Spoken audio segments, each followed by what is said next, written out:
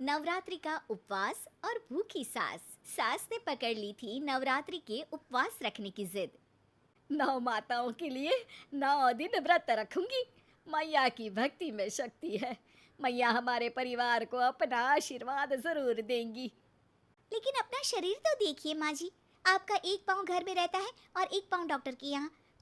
फिर से बीमार हो गई तो जय माता दी के साथ राम नाम सत्य भी। अरे राम राम राम, कैसी बातें कर रही हो बहू।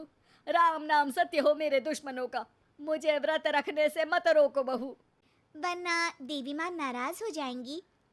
नहीं, तुम्हारी सासु माँ नाराज हो जाएंगी। अरे पर माँ, भूखे क्यों रहना है? देवी माँ थोड़ी ना चाहती होंगी कि उनके भक्त भूखे रहें। और आपकी तो सारी मनोकामना पूरी हो चुकी है ना माँ। लालच है बेटा, लालच बुढ़ापे में भी खत्म नहीं होती। अरे तुम चुप करो जी, तुम्हारी भी उम्र है भक्ति भाव करने की। ज्यादा बड़बड़ की ना तो तुमसे भी उपवास रखवा लूंगी। हाँ। अरे रौद्र रूप क्यों धारण कर रही हो मेरी माँ, रख लो व्रत। ठीक है माँ, बस अपनी हेल्थ का ध्यान रखना। अरे उसकी चिंता तुम मत करो बेटा, मैंने टीवी पे देख लिया है कि व्रत में क्या क्या खाने से शरीर में कमजोरी नहीं होती। अच्छा ही है, वरना ऐसा ना हो कि 9 दिन के बाद तुम मैया के द्वार की जगह सीधा हरिद्वार। अरे तुम मुझे हरिद्वार क्यों भेजना चाहते हो? क्योंकि अब तुम्हें मायके तो भेजने से रहा। बाबूजी, क्यों माँ को परेशान करते रहते हो? अच्छा माँ, ये बता दो कि आपको व्रत में खाने के लिए क्या क्या चाहिए होगा। सास के सामने सब हार जाते हैं।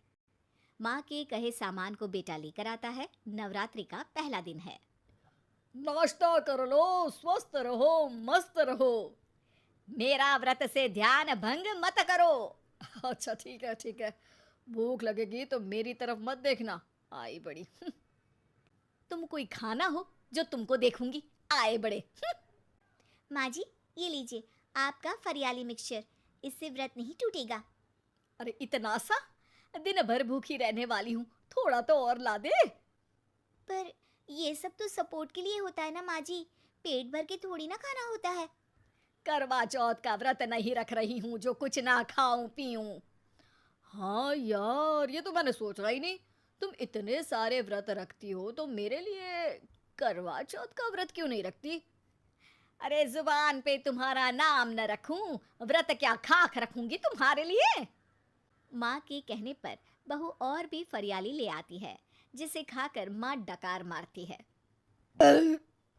इतनी जोर से डकारोगी तो दुर्गा मैया भी डर जाएंगी। तुमने तो उनके शेर से भी तेज आवाज निकाल दी। अरे शेर के जैसा पंजाबी मारती हूं मैं, देखना चाहोगे? तुम्हें पता है ना, व्रत रखते समय हिंसा वाली बातों से, विचारों से और बुरी चीजों से दूर रहना चाहिए। सही कहा, बुरी चीजों से दूर रहना चाहिए। इसीलिए तो तुमसे दूर जा रही हूँ, दूसरे कमरे में। सास ने कई सारी ऐसी चीजें खाई जिनसे व्रत ना टूटे। बहू, सब्र का फल मीठा होता है। इसका मतलब ये थोड़ी है कि तू मुझे शाम तक फल नहीं खाने देगी। माँ जी, 1 घंटे पहले ही तो आपने इतना सारा। अरे एक खाता ही बना ले, उसमें लिखा करे कि मैंने कितना खाया, कितना पानी पिया। अरे नहीं नहीं माँ जी, मैं अभी फल लेकर आती हूँ। जोर से बोलो। नहीं माँ जी, मैं फल लेकर आती हूँ। अरे ये नहीं, जोर से बोलो, जय माता दी। सासू माँ एक साथ बहुत सारे फल खा लेती है। माँ जी, इतनी जोर से मैं डर गई। अरे भक्ति की शक्ति की पुकार है। पुकार नहीं, डकार है।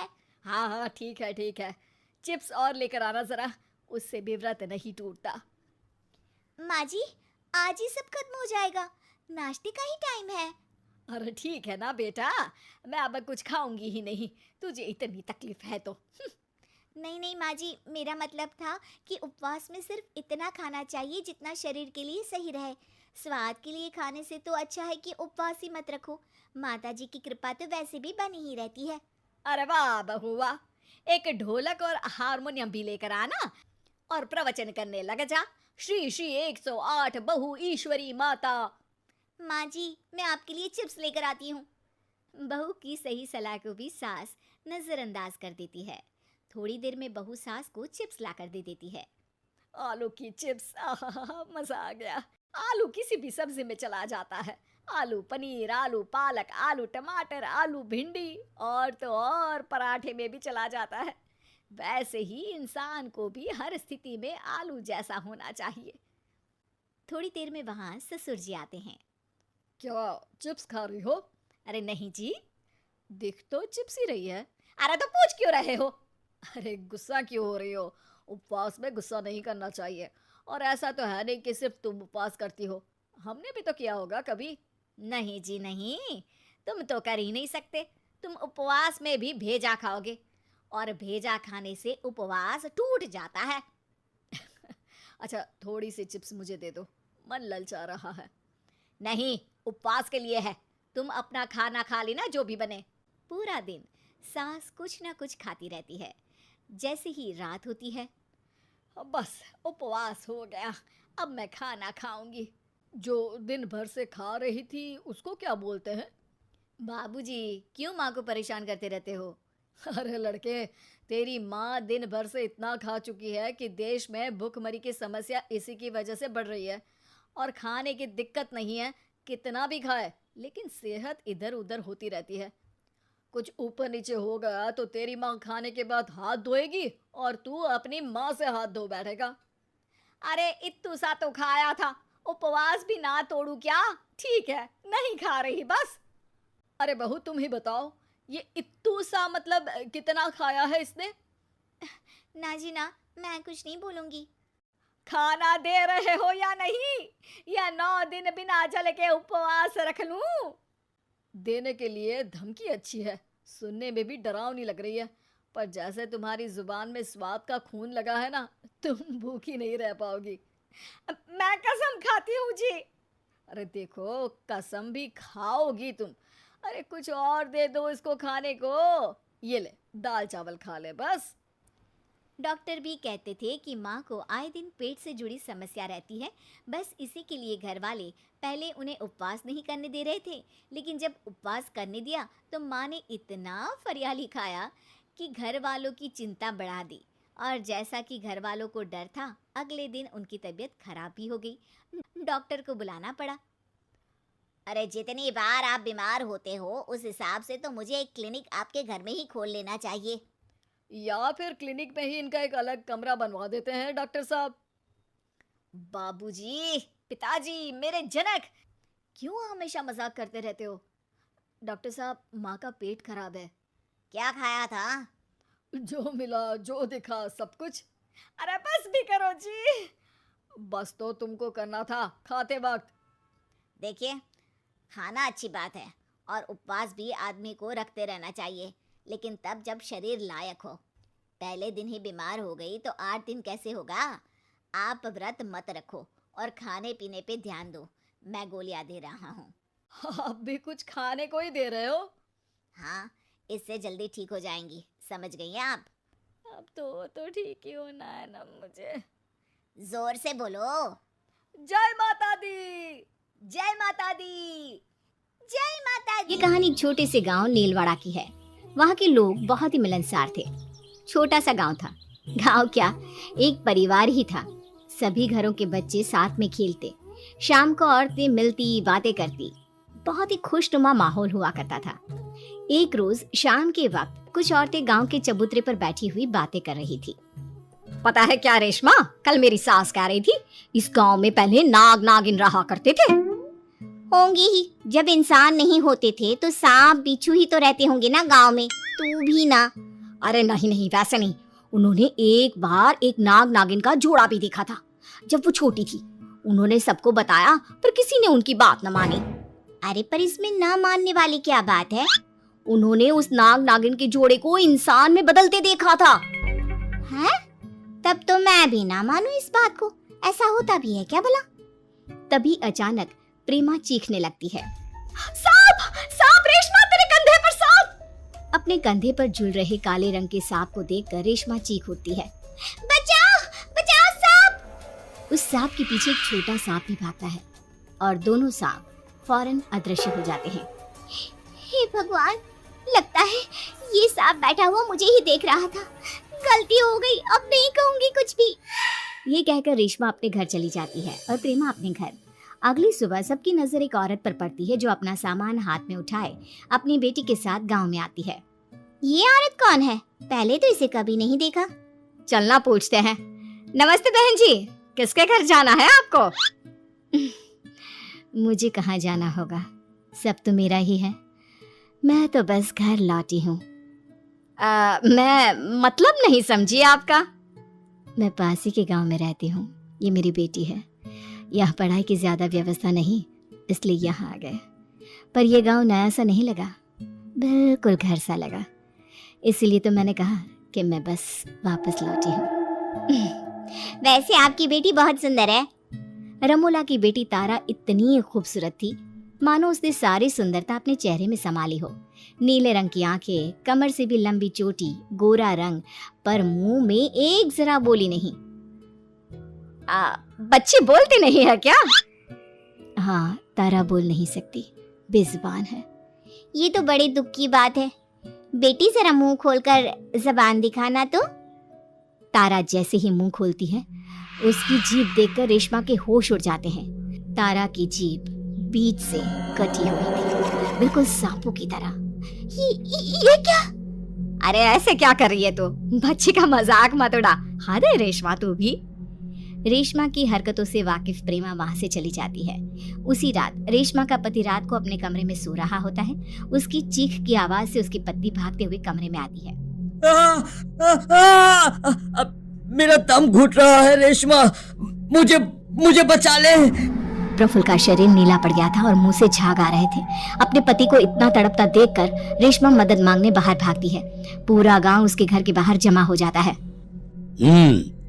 ये काम तो किसी सांप का लगता है, आ गया होगा कहीं से।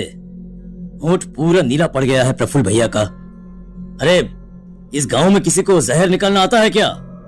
तारा कुछ मदद कर सकती है, आप लोग इजाजत दे दो, पर कमरे में और कोई नहीं होना चाहिए। तारा प्रफुल्ल के पास जाती है और प्रफुल्ल के शरीर का सारा जहर चूस लेती है। मेरा जहर वापस बस मैं ही ले सकती हूँ। सबको मारने के लिए एक को तो बचाना ही होगा ना। प्रफुल्ल वापस होश में आ जाता है। तारा और रमोला को गांव वाले बहुत मारने लग जाते हैं और सब कुछ सही लग रहा होता है कि गांव के नदी के किनारे एक बच्चे की लाश गांव वालों को मिलती है, जिसका शरीर जहर से नीला पड़ चुका था। उस दिन से रोज कोई ना कोई अचानक ही गायब हो जाता और मरा हुआ नदी के पास मिलता। अरे ये सिलसिला तो खत्म होने का नाम ही नहीं ले रहा। आखिर ऐसा कब तक चलेगा? मुझे याद है जिस दिन मेरी सास ने मुझे नागों के बारे में बताया था, उसी दिन से ये सब शुरू हुआ है। मुझे तो तारा पर ही शक है। जीभ देखिए उसकी, हो सकता है वही लोगों के शरीर में जहर छोड़ती होगी। गांव वाले अब रमोला की निगरानी करने लगते हैं और वो देखते हैं कि प्रेमा की सास तारा से मिलने जाती है और उसका आधा शरीर नाग का बन जाता है। माँ तुम आ गई, मुझे तुम्हारे साथ रहना है माँ। चिंता मत कर मेरी बच्ची, तू नाग रानी की बेटी है। इस पूरे गांव को खत्म करना है तुझे। मेरा विष तो उम्र के कारण खत्म हो गया, तुझे इस गांव वालों से बदला लेना है, फिर यहाँ की रानी होगी तू। हमारे सर्व समाज के लोग वापस यहाँ आ सकेंगे। तेरी सास तो नागिन निकली प्रेमा, ये सब क्या राज है? अरे पता नहीं, पर माँ जी नागिन नहीं हो सकती। उसका राज तो माँ जी के कमरे में ही छिपा होगा। चारों मिलकर प्रेमा के घर लीला के कमरे में जाते हैं, जहाँ अलमारी से किसी की आवाज आ रही थी। प्रेमा अलमारी का दरवाजा खोलती है तो अंदर लीला होती है। माँ जी आप यहाँ? तो हमारे साथ कौन रह रहा है? नागरानी, याद है तुझे? कुछ महीने पहले मैं खो गई थी। मैं घूमते घूमते जंगल चली गई, जहाँ एक गुफा के सामने से मैंने एक पत्थर हटा दिया और वहाँ से नागरानी और उसकी बेटी तारा निकली। उनकी एक वफादार भी है रमोला। उसने मेरा रूप लिया और मुझे मेरे ही घर में बंद कर दिया। इन सब से निकलने का क्या उपाय है चाची? उसी जंगल में हमें वापस जाना होगा और पत्थर से फिर से जैसे ही गुफा बंद होगी, मरे हुए सभी लोग वापस आ जाएंगे और तारा, उसकी माँ और रमुला गायब हो जाएंगी। सब वैसा ही करते हैं जैसा लीला ने बताया, और वही होता है। नीलवाड़ा फिर से खुशहाल हो जाता है। इस हादसे के बाद रेशमा को नाग नागिन पर भरोसा हो ही जाता है। घनश्याम की शादी की बात एक जगह चल रही थी। घनश्याम को लड़की बहुत पसंद आई, लेकिन बाद में पता चला कि जिस लड़की को घनश्याम ने पसंद किया है उसकी एक जुड़वा बहन भी है। उन दोनों जुड़वा बहनों का अपने पापा के अलावा इस दुनिया में कोई नहीं था, और इसीलिए मरते वक्त दोनों जुड़वा बहन के पापा ने घनश्याम से कहा कि वो उन दोनों के साथ शादी कर ले, और अपनी सारी जायदाद उन्होंने घनश्याम के नाम कर दी। और इस तरह घनश्याम 2 जुड़वा पत्नियों का पति बन गया।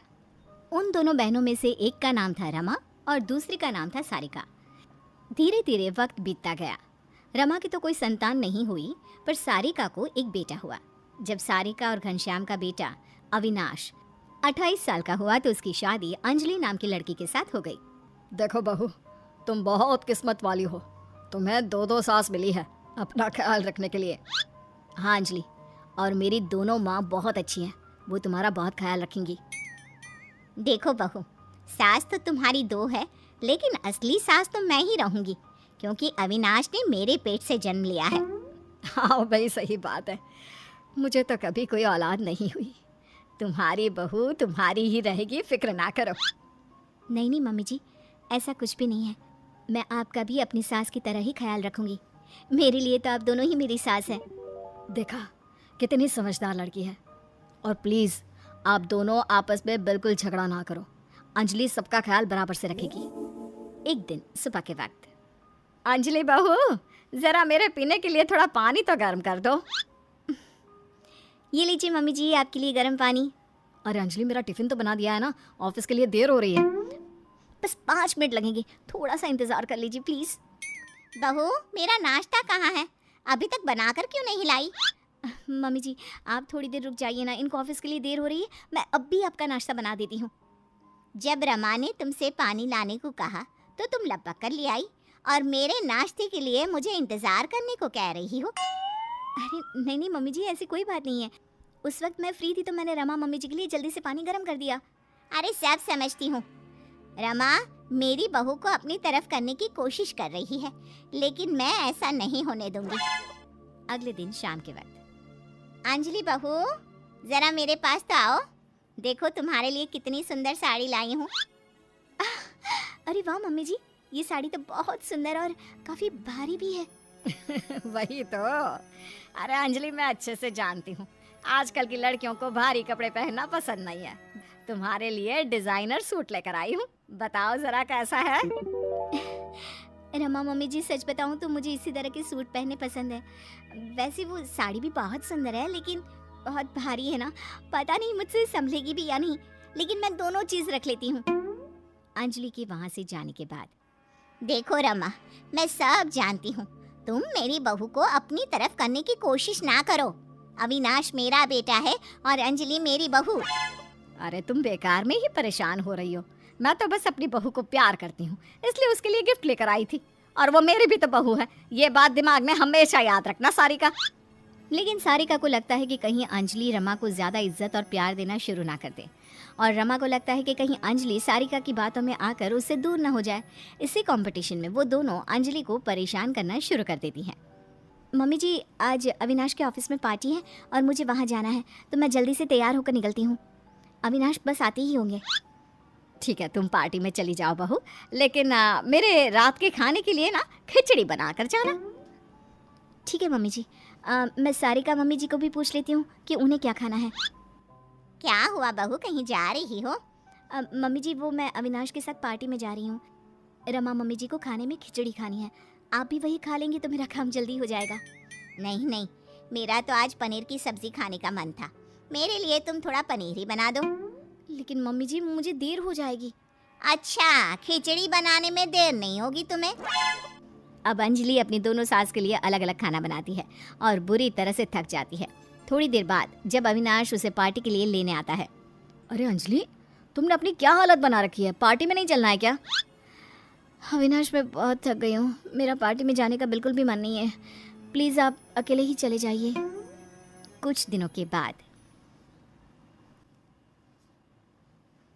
सारिका बहू, मेरे सर में बहुत दर्द हो रहा है, जरा बाम तो लगा दो। सर दर्द से फटा जा रहा है। अरे अंजलि बहू, बेटा मेरे घुटनों के दर्द की दवाई तो ले आओ जरा मेडिकल स्टोर से। अविनाश को तो ऑफिस से आते आते देर हो जाएगी। मेरे घुटने तो पूरी तरह जवाब दे चुके हैं, उठा भी नहीं जा रहा। अंजलि, पहले मेरे सर पर बाम लगाएगी, उसके बाद में तुम्हारी दवाई लेने जाएगी। नहीं नहीं, बाम तो बाद में भी लग सकता है ना। अरे मेडिकल स्टोर बंद हो जाएगा, उससे पहले अंजलि मेरी दवा ले आए। हे भगवान, ये जुड़वा सास के चक्कर में कहाँ फंस गई। ये दोनों तो कुछ भी समझने को तैयार ही नहीं है। अब क्या करूं? ऐसे ही समय बीतता जाता है। कुछ दिनों के बाद अंजलि प्रेग्नेंट हो जाती है। जैसे ही अंजलि के प्रेग्नेंट होने की खबर आती है, रमा और सारिका दोनों बहुत खुश होती हैं। अंजलि, मैंने तुम्हारे लिए लड्डू बनाए हैं, ये खाना, तुम्हारा बच्चा बहुत हेल्दी होगा। देखो अंजलि, ज्यादा घी और लड्डू खाने से शरीर पर चर्बी चढ़ जाती है। तुम्हें अपनी सेहत का ख्याल रखना है या नहीं? तुम ये फ्रूट्स खाया करो बेटा। लेकिन मम्मी जी, मैं दोनों चीज़ भी खा सकती हूँ ना, थोड़ा थोड़ा करके। अरे मम्मी, अंजलि का जब जो खाने का मन होगा वो खा लेंगी। आप दोनों इतना परेशान क्यों हो रही हैं? देखो, तुम दोनों अपने अपने चक्कर में वैसे भी बहू को बहुत तंग करती हो। अब वो प्रेग्नेंट है, उसे थोड़ा तो चैन लेने दो। मैं तो अपनी बहू से बहुत प्यार करती हूँ, अब 2-4 काम करवा लेती हूँ, तो इसमें क्या गलत है? काम के बहाने तुम मेरी बहू को मुझसे दूर करने की कोशिश करती हो। और फिर एक दिन अचानक अंजलि की तबीयत खराब हो जाती है। रमा और सारिका दोनों की दोनों पूरे मन से अंजलि का ख्याल रखने लगती हैं। वो अंजलि की बहुत केयर करती है। बेटा, जरा ये सब्जी तो खा ले। देख, जितना खाओगी ना उतनी जल्दी ठीक हो जाओगी। सारिका ठीक कहती है बेटा, तुम्हारी तबीयत जब से खराब हुई है, हमारे घर की तो रौनक ही चली गई है। अच्छा सुनो, रात को सोने से पहले दूध पिया करो, सेहत अच्छी रहेगी। हाँ, रमा ठीक कह रही है, मैं तो तुमसे कहकर थक गई। अब उसके हाथ से ही दूध पी लो, मेरी नहीं तो अपनी रमा मम्मी जी की बात तो सुन लो। दोनों के केयर करने से कुछ ही दिनों में अंजलि की तबीयत बिल्कुल ठीक हो जाती है। और एक दिन जब सब लोग साथ में बैठकर खाना खा रहे थे, वैसे मानना पड़ेगा, तुम दोनों सास ने मिलकर बहू का ख्याल बहुत अच्छे से रखा और उसे जल्दी से ठीक भी कर दिया। सही कह रहे हैं पापा, मेरी तो दोनों माँ सारी दुनिया से अलग है, अपनी बहू से कितना प्यार करती है। हाँ मम्मी जी, आप दोनों को लगता था ना कि मैं रमा मम्मी जी की या फिर सारिका मम्मी जी की ज़्यादा केयर करती हूँ, लेकिन आपने देखा, जब मेरी तबीयत खराब हुई तो आप दोनों ने मिलकर मेरी सेवा की। अब वादा करिए, आप दोनों आगे भी ऐसी ही रहेंगी, क्योंकि मैं आप दोनों की बहू हूँ और दोनों से प्यार करती हूँ। सही कहा अंजलि, हमसे गलती हो गई। और मुझे भी अंजलि पर अपना इकलौता अधिकार नहीं जमाना चाहिए। हम दोनों जुड़वा हैं और हम दोनों जुड़वा सास आज से हमेशा एक साथ रहकर सुरभि और बेटे ऋतिक के साथ रहती थी। कुसुम के पति सुरेश काम के सिलसिले में अक्सर शहर से बाहर ही रहते थे। एक दिन वो अपने घर आए और कुसुम के लिए बहुत सारी दवा लेकर आए। भाग्यवान, कहाँ हो तुम? अरे आ गए आप, इस बार बहुत दिनों में आए। और मैंने आपको जो घुटनों के दर्द की दवाई लाने के लिए कहा था वो तो लाए हैं ना आप? हाँ हाँ, तुमने जो भी कहा था वो सारी चीजें ले आया हूँ, बस अब एक गिलास पानी तो पिला दो। सुरभि, एक गिलास पानी तो लाना। सुरभि जल्दी से पानी लेकर आती है। सुरेश सुरभि के सर पर हाथ रखता है और उसका हालचाल पूछता है। बहू, ये तुम्हारी सास के लिए मैं कुछ दवाई लाया था, तुम देख लो ये दवा। तुम्हारी सास तो है भुलक्कड़, किसी और दवाई की जगह कोई और दवाई खा लेगी तो लेने के देने पड़ जाएंगे। सुरेश एक एक करके सुरभि को दवाई बताने लगा। देखो, ये घुटने के दर्द की दवा है, यह घुटनों के दर्द के लिए मालिश का तेल है, रोज रात को मालिश करनी है इससे। ये बीपी की दवा और ये कमर दर्द की। एक दवाई की शीशी हाथ में लेकर कहते हैं, लेकिन ये दवाई किस चीज की है? लगता है मेडिकल वाले ने गलती से दे दिया। सुरेश कुछ दिन अपने घर वालों के साथ रहता है और फिर शहर से बाहर चला जाता है। सुरभि रोज अपनी सास को दवाई दे देती है, लेकिन एक दिन वो घर के काम में बहुत व्यस्त होती है और अपनी सास को दवाई देना भूल जाती है। लगता है सुरभि को आज बहुत ज्यादा काम है। चलो कोई बात नहीं, मैं खुद ही दवा ले लेती हूँ। अरे वाह, ये दवाई तो बहुत स्वादिष्ट है, थोड़ी सी और पी लेती हूँ। इस तरह कुसुम थोड़ी थोड़ी करके हंसते वाली दवाई की पूरी बोतल ही पी लेती है। माँ जी, आज मेरे मायके वाले आ रहे हैं, भैया का फोन आया था। क्या कहा, मायके वाले? अरे तो तू यहाँ क्यों खड़ी है? खाने में कुछ अच्छा सा बना ले। माँ जी, आप इतना हंस क्यों रही हो? आप मेरे मायके वालों का मजाक तो नहीं बना रही हो ना? नहीं नहीं नहीं, मैं कहाँ मजाक बना रही हूँ। मैं तो बस बता रही हूँ। माँ जी, आप झूठ भी बोलती हैं, आप अभी तो हंस रही थी। कुसुम हंसती ही रहती है। सुरभि वहां से चली जाती है और खाने की तैयारी में लग जाती है। थोड़ी देर बाद सुरभि का भाई और सुरभि की माँ आते हैं। कुसुम उन्हें अंदर बिठाती है और अपनी सास को बुला लाती है। समधन जी, कैसे हैं आप? मैं तो ठीक हूँ। आप बताइए, आप कैसे हैं? आंटी जी, आप इतना हंस क्यों रही हो? मैं कहाँ हंस रही हूँ बेटा। जब कुसुम लगातार हंसे जा रही थी तो उन्हें इंसल्ट फील हुई और वे वहां से जाने लगे। अच्छा बहन जी, हम चलते हैं। आपकी मेहमान नवाजी का बहुत बहुत शुक्रिया। सुरभि की माँ जा ही रही थी, तभी उसका पैर फिसल गया और वो बहुत तेज गिरी। माँ, आप ठीक तो है? अरे बहन जी, अब ठीक तो है। आपको चोट तो नहीं लगी ना? आप मुझसे पूछ रही हैं या मेरा मजाक उड़ा रही हैं? बहन जी, पहले तो आप इतनी बदतमीज नहीं थी, लेकिन अब क्या हो गया है आपको? माँ, आप ठीक तो है ना? अंदर चलिए, मेरे कमरे में आराम कर लीजिए। नहीं सुरभि, हम जा रहे हैं। हमें अपना मजाक और उड़वाने का शौक नहीं है। और सुरभि, तुम अपनी सास का इलाज कराओ। इस तरह सुरभि के मायके वाले चले गए तो सुरभि का गुस्सा चौथे आसमान पर था। उसने अपनी सास से कहा, माँ जी, आपने मेरे भाई और मेरी माँ के साथ ऐसा क्यों किया? अगर आपको उनका यहाँ आना अच्छा नहीं लगा तो आप मुझसे बोल देती। इस तरह उनकी इंसल्ट करने की क्या जरूरत थी? नहीं बहू, मैंने कुछ नहीं किया। अरे भला मुझे क्या पड़ी है जो तेरे घर वालों का मजाक उड़ाऊंगी? देखिए देखिए माँ जी, आप अब भी हंस रही हैं। आपसे तो बात करना ही बेकार है। सुरभि वहां से चली जाती है। अगली सुबह सुरभि को बहुत तेज बुखार हो जाता है और कुसुम उसे आवाज लगाती हुई उसके कमरे में जाती है। सुरभि, सुरभि, क्या हुआ? अभी तक सो रही हो तुम? क्या हो गया? माँ जी, मुझे बहुत तेज बुखार आ रहा है। अच्छा। ठीक है, ऋतिक को बुलाती हूँ। माँ जी, मुझे बुखार आ रहा है और आप हंस रही हैं। अरे नहीं बहू, मैं कहाँ हंस रही हूँ? वो तो मेरी हंसी रोक ही नहीं रही है। माँ जी, जब आपकी तबीयत खराब होती है तो मैं आपका कितना ख्याल रखती हूँ और आप मुझ पर हंस रही हो। चले जाओ आप यहाँ से। बहू सुन तो सही। नहीं माँ जी, आप जाओ यहाँ से। अब तो आपके बेटे ही आपसे बात करेंगे और मैं पापा जी को भी बताऊंगी कि आजकल आप क्या कर रही हैं। जब ऋतिक घर आया तो सुरभि ने उसे सारी बात बताई। मुझे तुम्हारी बात पर विश्वास नहीं हो रहा। माँ तो तुमसे बहुत प्यार करती है, फिर वो तुम्हारा और तुम्हारे घर वालों का मजाक क्यों उड़ाएंगे? खैर अभी छोड़ो इस बात को, अभी तो तुम मेरे साथ चलो, तुम्हारी दवाई ले आते हैं। कुछ दिन में सुरभि ठीक हो गई। एक दिन ऋतिक को पता चला कि उसके मौसी के बेटे राहुल की तबीयत बहुत खराब है, तो वो अपनी माँ और पत्नी को लेकर हॉस्पिटल पहुंचा। मौसी जी, कैसे हैं राहुल भैया? बेटी, इतने दिन हो गए मेरे राहुल को बीमार हुए, लेकिन उसकी तबीयत में कोई सुधार नहीं आ रहा। अरे छोटी, हुआ क्या है राहुल बेटे को?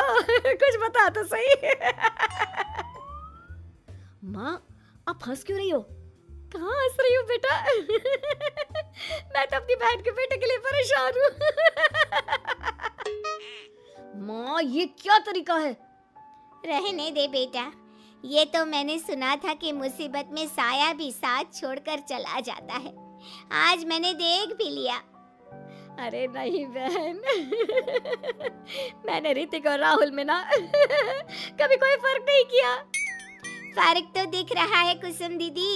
अगर आपके बेटे की तबीयत खराब होती तो आप ऐसे हंसती क्या? ऋतिक बेटा, ले जा अपनी माँ को यहाँ से। ऋतिक बहुत गुस्से में अपनी माँ से बात करने लगा, लेकिन कुसुम तो सिर्फ हंसे ही जा रही थी। ऋतिक ने अपने पापा को फोन करके बुलाया और उन्हें सारी बात बता दी। बेटा, तेरी माँ तो अपने घर वालों से बहुत प्यार करती है और वो बहुत समझदार है। वो ऐसी हरकत कभी नहीं कर सकती। जरूर कोई ना कोई बात है। कल मैं उसे डॉक्टर के पास ले जाऊंगा। शाम को खाना खाने के बाद सुरभि कुसुम को दवाई देने के लिए गई तो उसने देखा कि दवाई की वो बोतल तो बिल्कुल खाली थी जो सुरेश गलती से ले आया था। सुरभि ने वो बोतल सबको दिखाई। अरे, ये दवाई तो गलती से आ गई थी और मुझे तो पता भी नहीं कि ये किस मर्ज की दवाई है। कुसुम, क्या तुमने ये दवाई पी थी?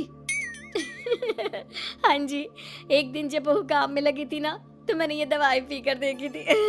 मुझे दवाई बहुत स्वादिष्ट लगी तो मैंने सारी पी ली। माँ, आपको दवाई स्वादिष्ट लगी? अरे, आप भी बच्चों जैसी बात करती हो। ऐसे कोई भी दवाई नहीं पीनी चाहिए, इससे कोई बड़ा नुकसान भी हो सकता है। मैं अभी डॉक्टर से पूछ कर आता हूँ।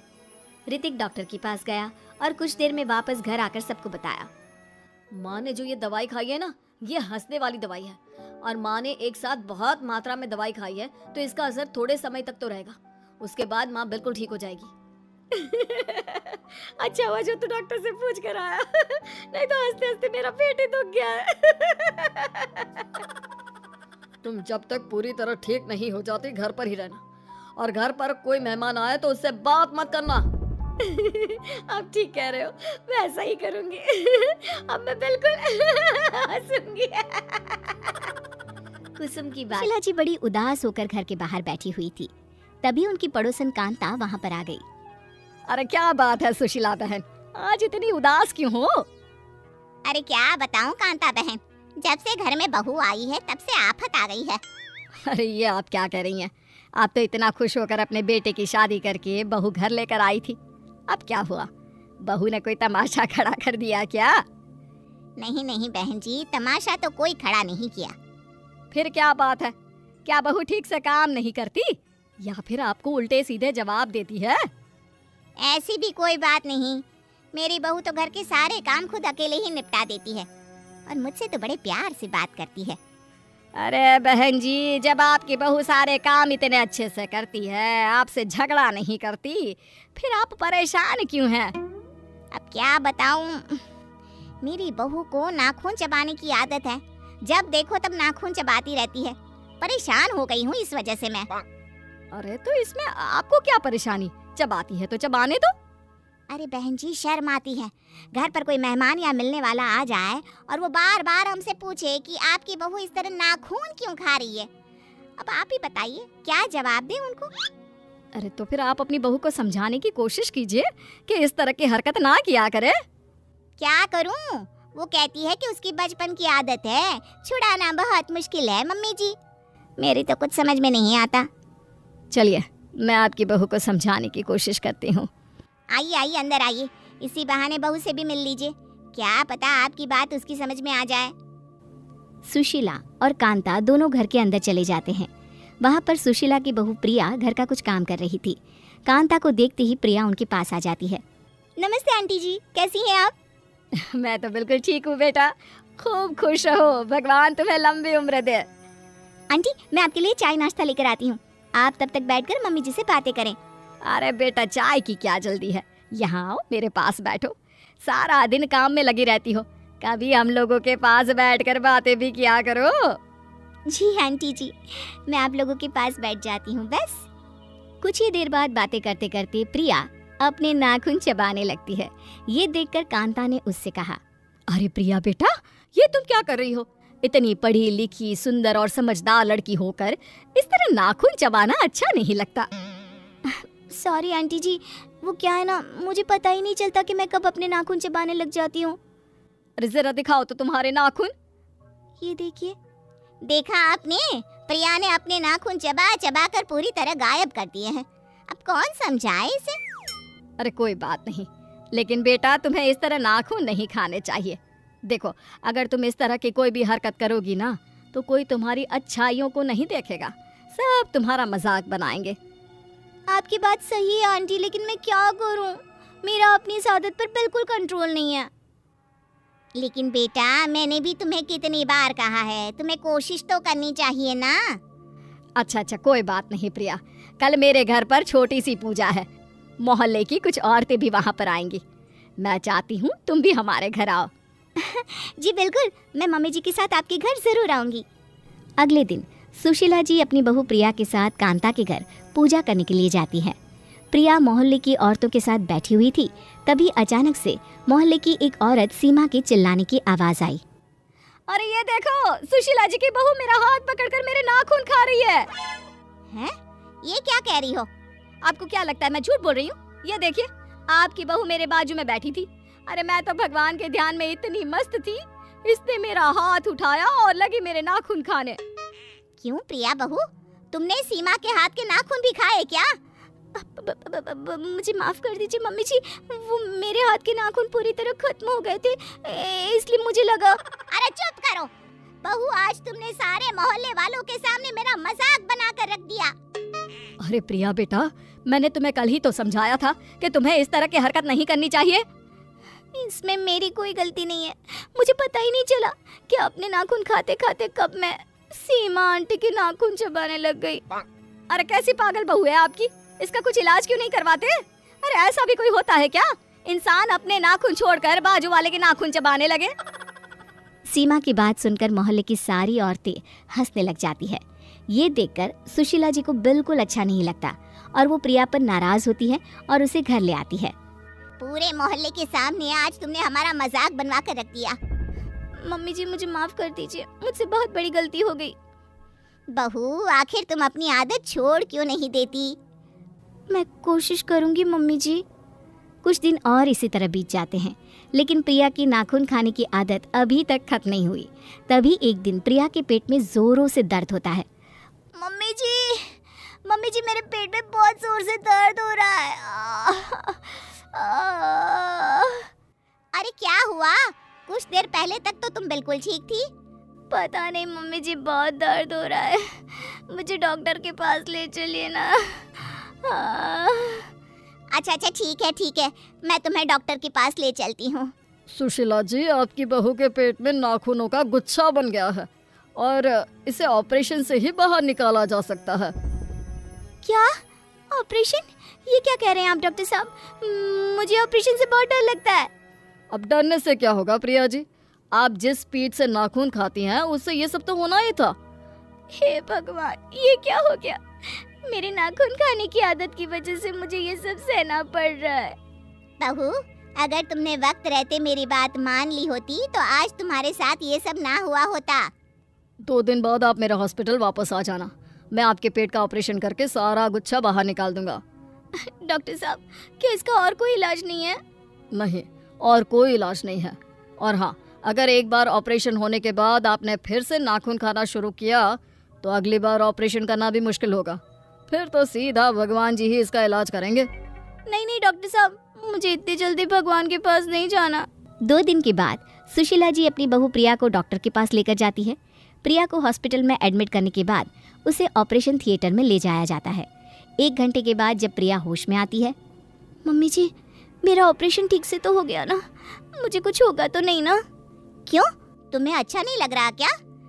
नहीं मम्मी जी, ऐसी कोई बात नहीं है, लेकिन मुझे पता है डॉक्टर ने मेरा पेट काट कर नाखून का गुच्छा बाहर निकाला होगा और अब मुझे कई दिनों तक एक बिस्तर पर पड़े रहना होगा। प्रिया की बात सुनकर डॉक्टर और सुशीला दोनों जोर जोर से हंसने लगते हैं। ये देखकर प्रिया हैरान रह जाती है और पूछती है, अरे ये क्या बात हुई? मेरा ऑपरेशन हुआ है और आप लोगों को हंसी आ रही है। नहीं प्रिया जी, आपका कोई ऑपरेशन नहीं हुआ है। हाँ, तो फिर मैं बेहोश क्यों थी और मुझे हॉस्पिटल में एडमिट क्यों किया गया? तुम्हें डराने के लिए, और किस लिए? इतनी बार तुम्हें समझाया कि तुम्हें नाखून नहीं खाने चाहिए, लेकिन तुम्हें समझ में ही नहीं आता था। मुझे लगा कि यही एक सही तरीका है। लेकिन उस दिन पे तो डॉक्टर साहब ने कहा था कि मेरे पेट में दर्द नाखूनों की गुच्छी की वजह से है। वो मैंने आपसे इसलिए कहा था क्योंकि आपकी सासू माँ ने मुझे ऐसा करने के लिए कहा।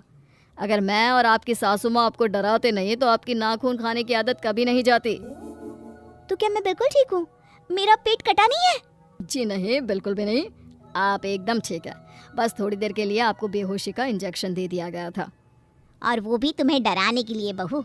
लेकिन ध्यान रखना, अगर आगे से नाखून खाए तो सचमुच तुम्हारा ऑपरेशन करवा दूंगी।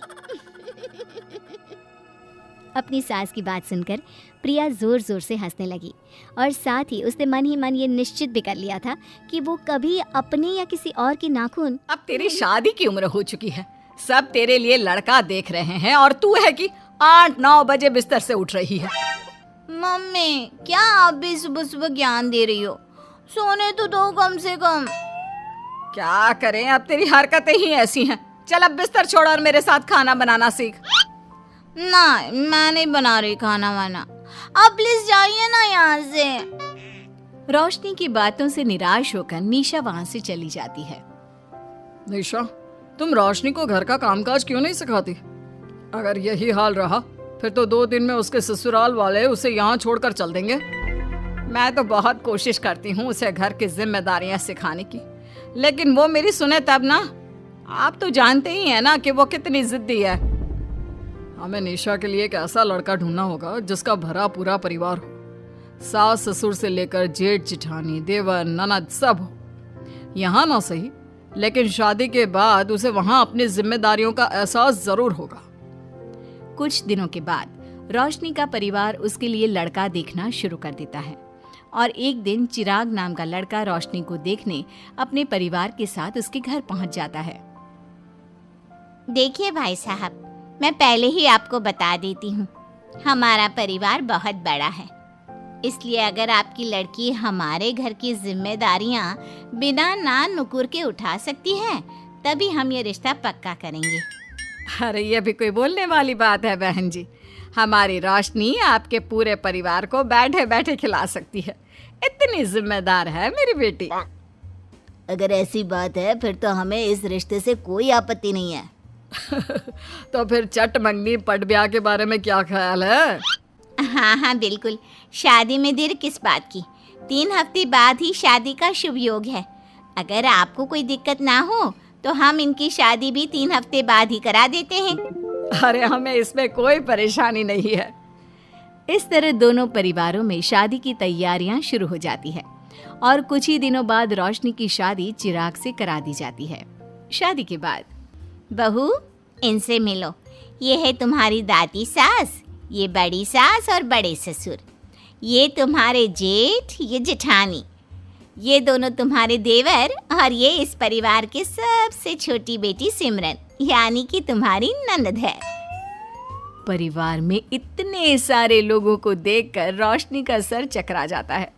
वो अपना सर पकड़ लेती है और मन ही मन सोचने लगती है, हे भगवान, ये किस जन्म का बदला लिया है आपने मुझसे? मैंने क्या बिगाड़ा था आपका जो आपने मुझे ऐसा परिवार दिया? बेटा, किस सोच में पड़ गई तुम? और कितने लोग हैं आपके परिवार में?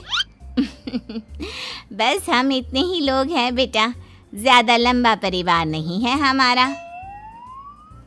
अब इससे लंबा और कितना बड़ा परिवार होगा आपका? ये ससुराल कम चिड़ियाघर ज्यादा लग रहा है। कुछ कहा क्या तुमने बेटा? नहीं मम्मी जी, वो मैं बहुत थक गई हूँ, तो क्या अब मैं सोने जा सकती हूँ? हाँ हाँ क्यों नहीं बहू। चिराग, बहू को अंदर कमरे में लेकर जा। जी माँ। चिराग रोशनी को अंदर कमरे में लेकर जाता है। चिराग, मुझे यहाँ नहीं रहना, मुझे अलग रहना है। ये तुम क्या बोल रही हो रोशनी? अभी तो आई हो तुम और अभी अलग होने की बात कर रही हो।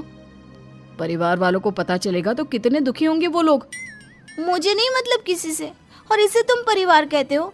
ये परिवार कम कोई गली मोहल्ला ज्यादा लग रहा है। रोशनी, अभी तुम नई हो इस परिवार में, इसलिए शायद तुम्हें ऐसा लग रहा है। कुछ दिन में आदत हो जाएगी तुम्हें। चिराग की बात सुनकर रोशनी अपना सर पकड़ लेती है। आपको समझाना तो दीवार में सर पटकना है।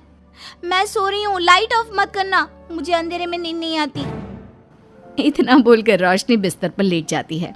रोशनी को देखकर चिराग का मुंह खुला का खुला रह जाता है।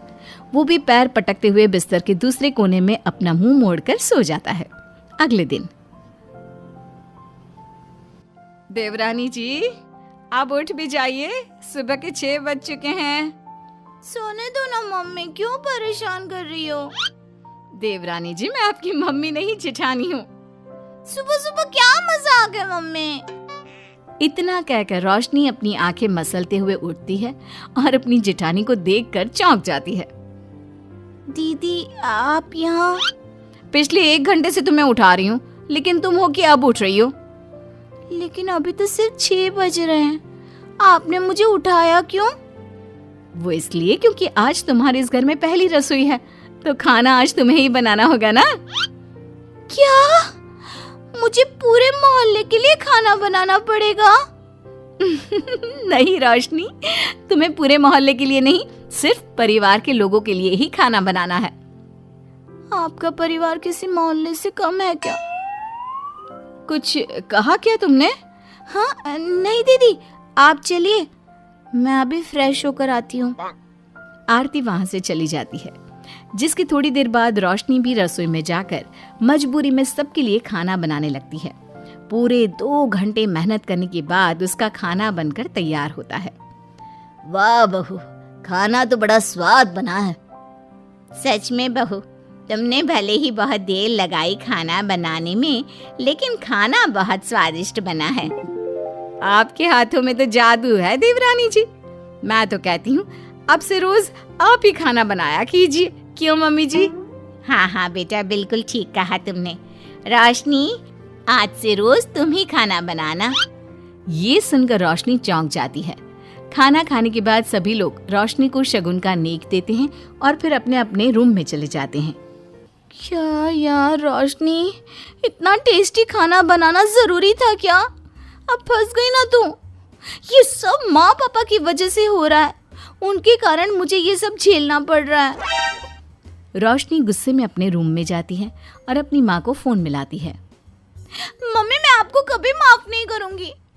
आपने जानबूझकर मुझे इतने बड़े परिवार में भेजा है, जहाँ मुझे सांस लेने की भी फुर्सत नहीं है। हमने ये सब इसलिए किया ताकि तू अपनी जिम्मेदारियां निभाना सीखे। अब मायके की तरह ससुराल में भी अपनी जिम्मेदारियों से मुंह मत मोड़ लेना। मुझे नहीं रहना माँ यहाँ। इस घर में जितने लोग हैं उतने तो हमारे गली मोहल्ले में भी नहीं थे। माँ, मैं आपसे आपकी सारी बातें मानूंगी, पर प्लीज मुझे यहाँ से ले जाइए। बिल्कुल नहीं, अब से वही तेरा सब कुछ है। वहां से भागने के बजाय अपनी जिम्मेदारियां पूरी करना सीख, इससे हमें भी थोड़ी खुशी मिल जाएगी।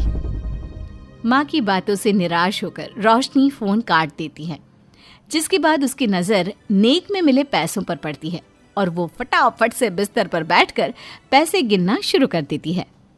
अरे वाह, ये तो पूरे 25,000 रुपए हैं। किसी ने भी 5100 से कम का नेक नहीं दिया। चलो अच्छा है, कुछ तो फायदा हुआ इतने बड़े परिवार में शादी करने का। अब इन सब पैसों से मैं अकेले शॉपिंग करूंगी, बहुत मजा आएगा। शॉपिंग के बारे में सोच सोच कर ही रोशनी अपने बिस्तर पर कूदने लगती है। उसे बिस्तर पर कूदता देख सभी लोग चौंक जाते हैं। भाभी, आप ऐसे क्यों उछल रही हो? छोटी बच्ची हो क्या? अपनी ननद की बात सुनकर रोशनी का मुंह खुला का खुला रह जाता है।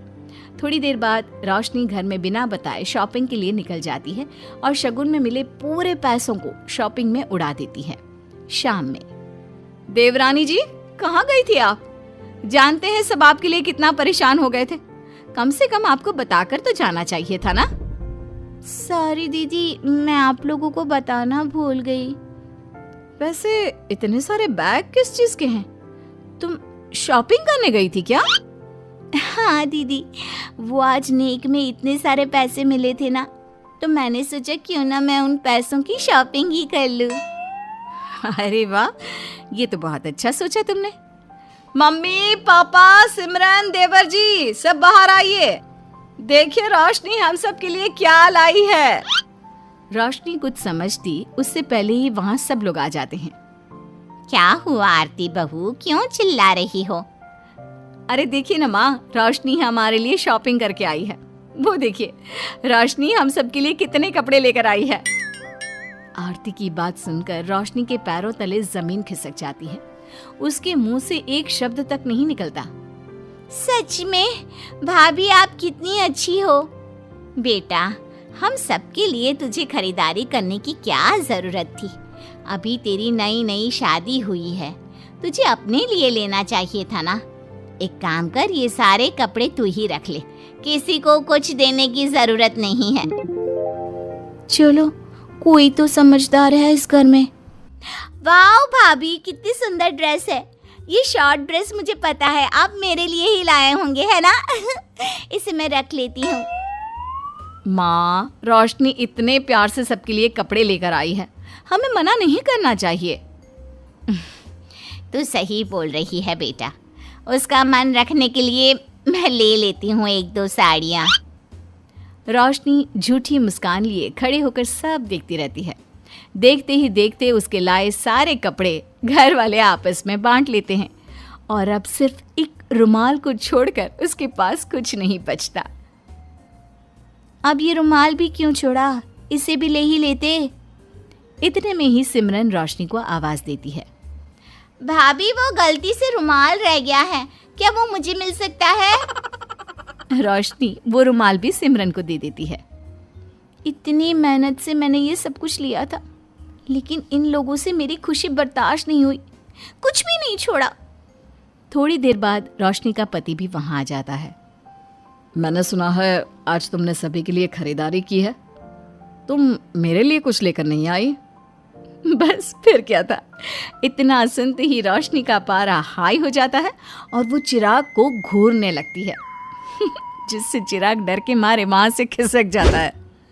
हाय रे, फूटी किस्मत मेरी, जो ये जॉइंट फैमिली मेरे मत्थे चढ़ी। शादी की बात एक जगह चल रही थी। घनश्याम को लड़की बहुत पसंद आई, लेकिन बाद में पता चला कि जिस लड़की को घनश्याम ने पसंद किया है उसकी एक जुड़वा बहन भी है। उन दोनों जुड़वा बहनों का अपने पापा के अलावा इस दुनिया में कोई नहीं था और इसीलिए मरते वक्त दोनों जुड़वा बहन के पापा ने घनश्याम से कहा कि वो उन दोनों के साथ शादी कर ले और अपनी सारी जायदाद उन्होंने घनश्याम के नाम कर दी। और इस तरह घनश्याम 2 जुड़वा पत्नियों का पति बन गया। उन दोनों बहनों में से एक का नाम था रमा और दूसरी का नाम था सारिका। धीरे धीरे वक्त बीतता गया। रमा की तो कोई संतान नहीं हुई, पर सारिका को एक बेटा हुआ। जब सारिका और घनश्याम का बेटा अविनाश 28 साल का हुआ तो उसकी शादी अंजलि नाम की लड़की के साथ हो गई। देखो बहू, तुम बहुत किस्मत वाली हो, तुम्हें 2 सास मिली है अपना ख्याल रखने के लिए। हाँ अंजलि, और मेरी दोनों माँ बहुत अच्छी हैं, वो तुम्हारा बहुत ख्याल रखेंगी। देखो बहू, सास तो तुम्हारी 2 है, लेकिन असली सास तो मैं ही रहूंगी, क्योंकि अविनाश ने मेरे पेट से जन्म लिया है। हाँ भाई, सही बात है, मुझे तो कभी कोई औलाद नहीं हुई। तुम्हारी बहू तुम्हारी ही रहेगी, फिक्र ना करो। नहीं नहीं मम्मी जी, ऐसा कुछ भी नहीं है। मैं आपका भी अपनी सास की तरह ही ख्याल रखूंगी। मेरे लिए तो आप दोनों ही मेरी सास हैं। देखा कितनी समझदार लड़की है। और प्लीज़ आप दोनों आपस में बिल्कुल झगड़ा ना करो, अंजलि सबका ख्याल बराबर से रखेगी। एक दिन सुबह के वक्त, अंजलि बहू, ज़रा मेरे पीने के लिए थोड़ा पानी तो गर्म कर दो। ये लीजिए मम्मी जी, आपके लिए गर्म पानी। अरे अंजलि, मेरा टिफ़िन तो बना दिया है ना, ऑफिस के लिए देर हो रही है। बस 5 मिनट लगेंगे, थोड़ा सा इंतज़ार कर लीजिए प्लीज़। बहू, मेरा नाश्ता कहाँ है? अभी तक बनाकर क्यों नहीं लाई? मम्मी जी, आप थोड़ी देर रुक जाइए ना, इनको ऑफिस के लिए देर हो रही है, मैं अब भी आपका नाश्ता बना देती हूँ। जब रमा ने तुमसे पानी लाने को कहा तो तुम लपक कर ले आई, और मेरे नाश्ते के लिए मुझे इंतज़ार करने को कह रही हो। अरे नहीं नहीं मम्मी जी, ऐसी कोई बात नहीं है। उस वक्त मैं फ्री थी तो मैंने रमा मम्मी जी के लिए जल्दी से पानी गर्म कर दिया। अरे सब समझती हूँ। रमा मेरी बहू को अपनी तरफ करने की कोशिश कर रही है, लेकिन मैं ऐसा नहीं होने दूंगी। अगले दिन शाम के वक्त, अंजलि बहू, जरा मेरे पास तो आओ, देखो तुम्हारे लिए कितनी सुंदर साड़ी लाई हूँ। अरे वाह मम्मी जी, ये साड़ी तो बहुत सुंदर और काफ़ी भारी भी है। वही तो। अरे अंजलि, मैं अच्छे से जानती हूँ आजकल की लड़कियों को भारी कपड़े पहनना पसंद नहीं है। तुम्हारे लिए डिजाइनर सूट लेकर आई हूँ, बताओ जरा कैसा है।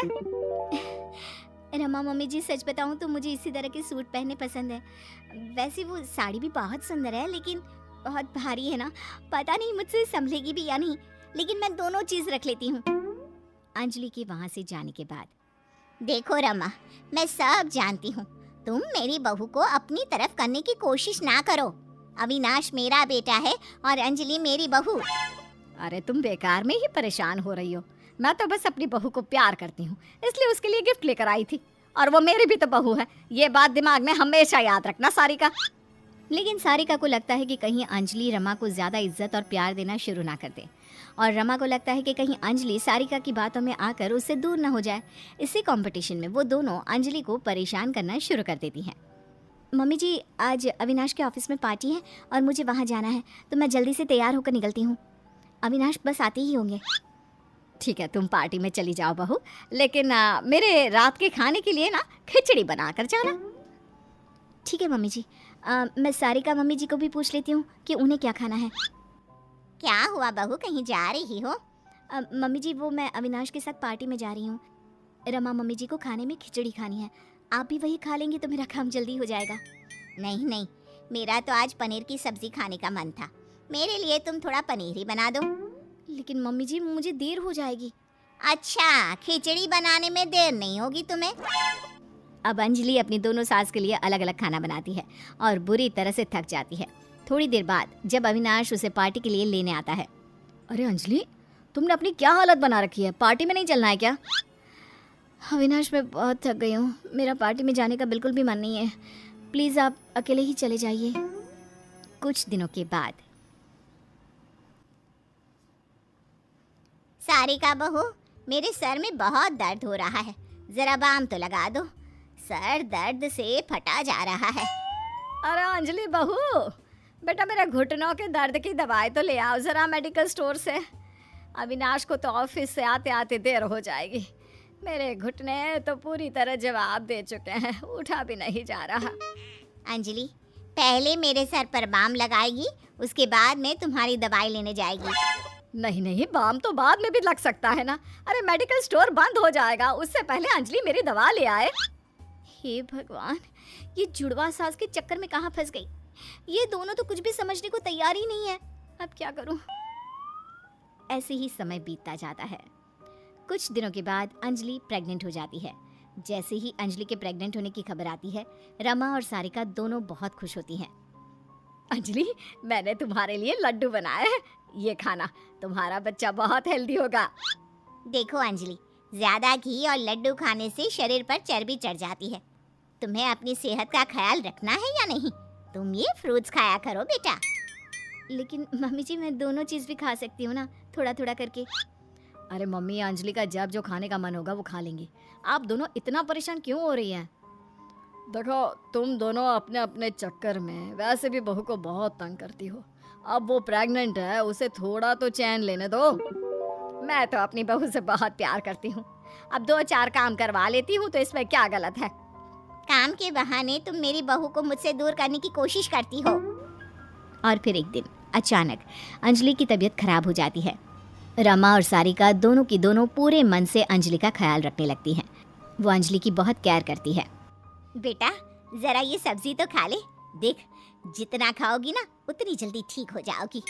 सारिका ठीक कहती है बेटा, तुम्हारी तबीयत जब से खराब हुई है, हमारे घर की तो रौनक ही चली गई है।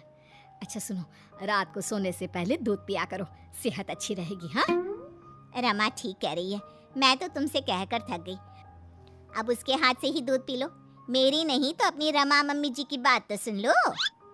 दोनों के केयर करने से कुछ ही दिनों में अंजलि की तबीयत बिल्कुल ठीक हो जाती है। और एक दिन जब सब लोग साथ में बैठकर खाना खा रहे थे।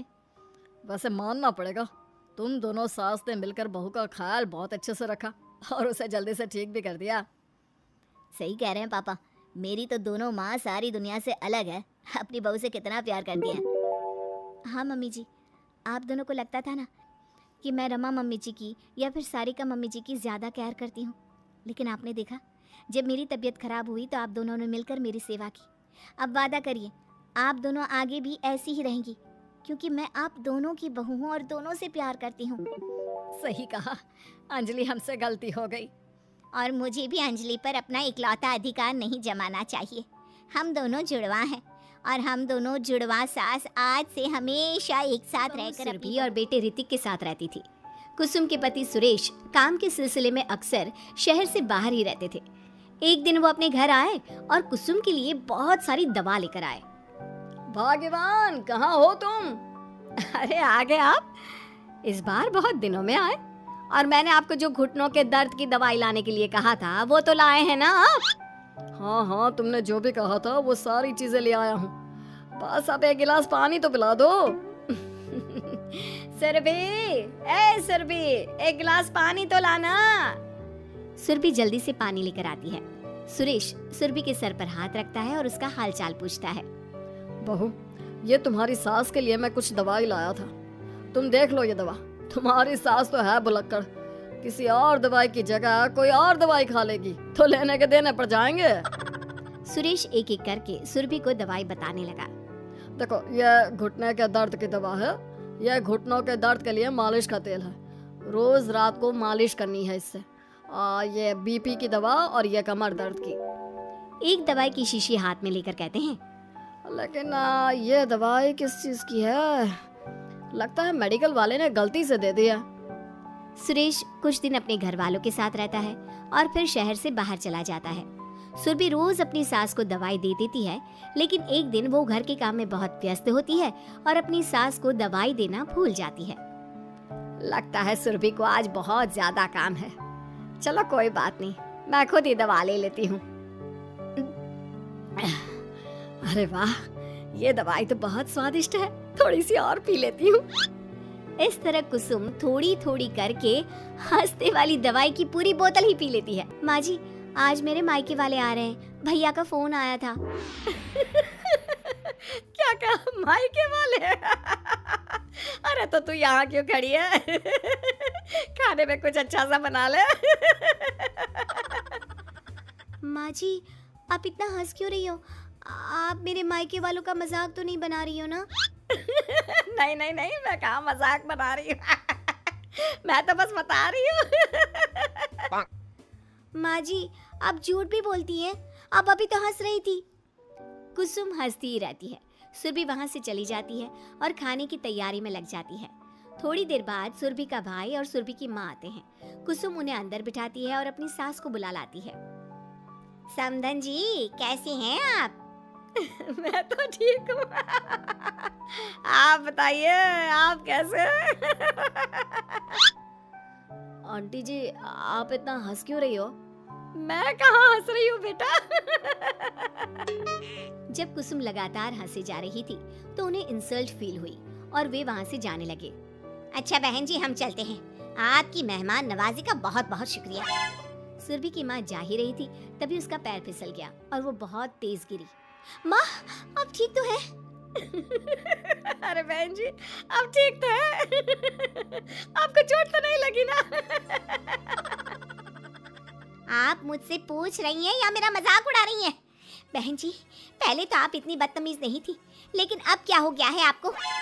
माँ, आप ठीक तो है ना? अंदर चलिए, मेरे कमरे में आराम कर लीजिए। नहीं सुरभि, हम जा रहे हैं, हमें अपना मजाक और उड़वाने का शौक नहीं है। और सुरभि, तुम अपनी सास का इलाज कराओ। इस तरह सुरभि के मायके वाले चले गए तो सुरभि का गुस्सा चौथे आसमान पर था। उसने अपनी सास से कहा, माँ जी, आपने मेरे भाई और मेरी माँ के साथ ऐसा क्यों किया? अगर आपको उनका यहाँ आना अच्छा नहीं लगा तो आप मुझसे बोल देती। इस तरह उनकी इंसल्ट करने की क्या जरूरत थी? नहीं बहू, मैंने कुछ नहीं किया। अरे भला मुझे क्या पड़ी है जो तेरे घर वालों का मजाक उड़ाऊंगी? देखिए माँ जी, आप अब भी हंस रही हैं। आपसे तो बात करना ही बेकार है। सुरभि वहां से चली जाती है। अगली सुबह सुरभि को बहुत तेज बुखार हो जाता है और कुसुम उसे आवाज लगाती हुई उसके कमरे में जाती है। सुरभि, सुरभि, क्या हुआ? अभी तक सो रही हो तुम? क्या हो गया? माँ जी, मुझे बहुत तेज बुखार आ रहा है। अच्छा, ठीक है, ऋतिक को बुलाती हूँ। माँ जी, मुझे बुखार आ रहा है और आप हंस रही हैं। अरे नहीं बहू, मैं कहाँ हंस रही हूँ? वो तो मेरी हंसी रोक ही नहीं रही है।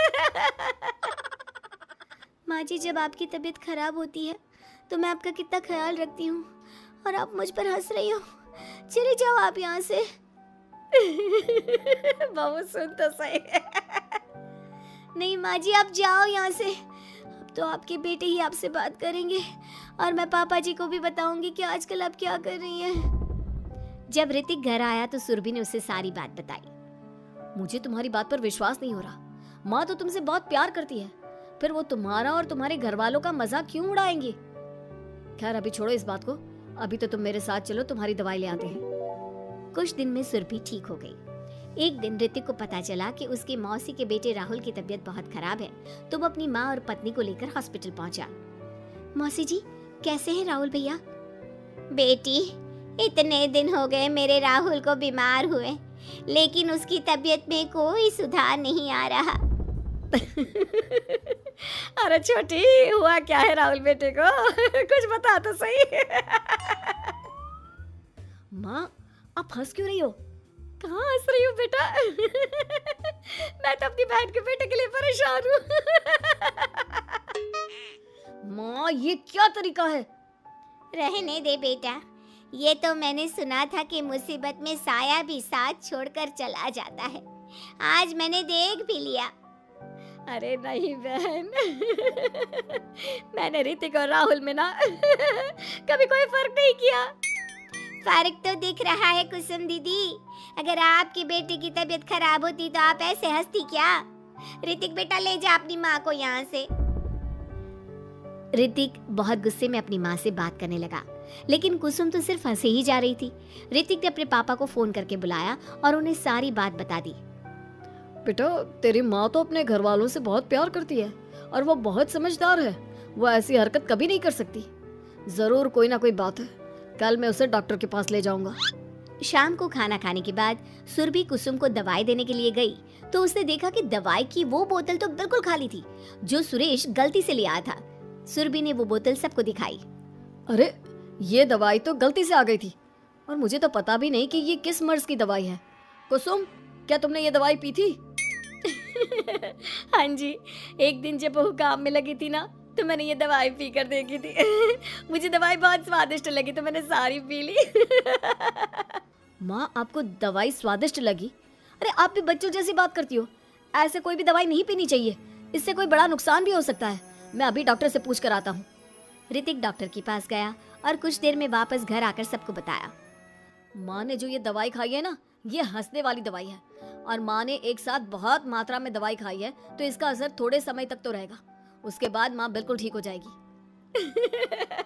अच्छा हुआ जो तू डॉक्टर से पूछ कर आया, नहीं तो हंसते हंसते मेरा पेट ही दुख गया है। तुम जब तक पूरी तरह ठीक नहीं हो जाती घर पर ही रहना, और घर पर कोई मेहमान आए तो उससे बात मत करना। आप ठीक कह रहे हो, वैसा ही करूंगी। अब मैं बिल्कुल हंसूंगी। कुसुम की बात सुनकर आजकल वर्मा जी की पत्नी देवकी जी केबल पर रियलिटी शोज देख देख कर बहुत कुछ सीख रही हैं। जैसे आज तो वो सुबह सुबह बेसुरे आलाप ले रही हैं। सारे गामा माँ जी, सारे गामा पाधा नीसा होता है। अरे वो तो सब गाते हैं, ये मेरा स्टाइल है। आवाज तो कम कर लीजिए माँ जी, पर्दे फट जाएंगे कान के। ये कहो कि पर्दों में आग लग जाएगी।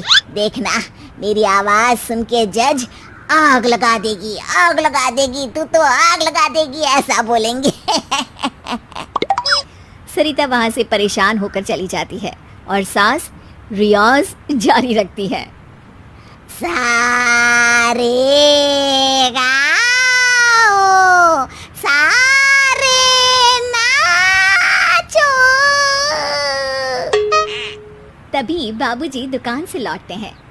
अरे देवकी, क्यों तानसेन बनी हुई है? कान से खून निकालोगी क्या? अरे क्या हुआ, रियाज तो करने दो मुझे। इसको रियाज बोलते हैं? ऐसा लग रहा है जैसे घोड़े हिना रहा है। घोड़े पे बैठ के ही बम्बई जाऊंगी मैं तो, जब जज साहब कहेंगे कि देवकी तुम मुंबई आ रही हो। जज साहब, वो अदालत वाले? अरे नहीं नहीं, बड़े लोग हैं, आप नहीं जानते हैं। ओ मैं तो छोड़ चली अपना ये देश, बम्बई मुझे प्यारा लगे। गाना गाती हुई देवकी चली जाती है और बाबूजी अपनी सरफिरी पत्नी के इस संगीत प्रेम की चर्चा करने बहू के पास चले जाते हैं। अरे सरिता बेटा सुनो तो, ये तेरी सास को क्या हुआ है बेटा? सुबह तो अच्छा भला छोड़कर गया था इसे। सिंगर बनेगी अब वो।